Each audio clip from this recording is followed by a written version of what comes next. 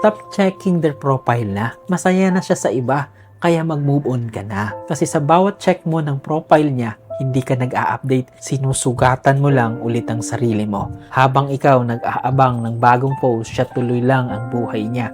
Masaya, may kasama, may mundo na wala ka na. Hindi ka nasasaktan kasi mahal mo pa siya. Nasasaktan ka kasi umaasa ka pa. Umaasa na babalik, umaasa na magsisisi, umaasa na may kulang sa bago niya. Pero kung titingnan mo ng mabuti, masaya na siya sa iba. Kasi sa bawat view mo ng profile niya, pinipili mong manatili sa lugar na iniwan ka. Hindi mo kailangang makita kung okay siya. Kailangan mo lang tanggapin na tapos na.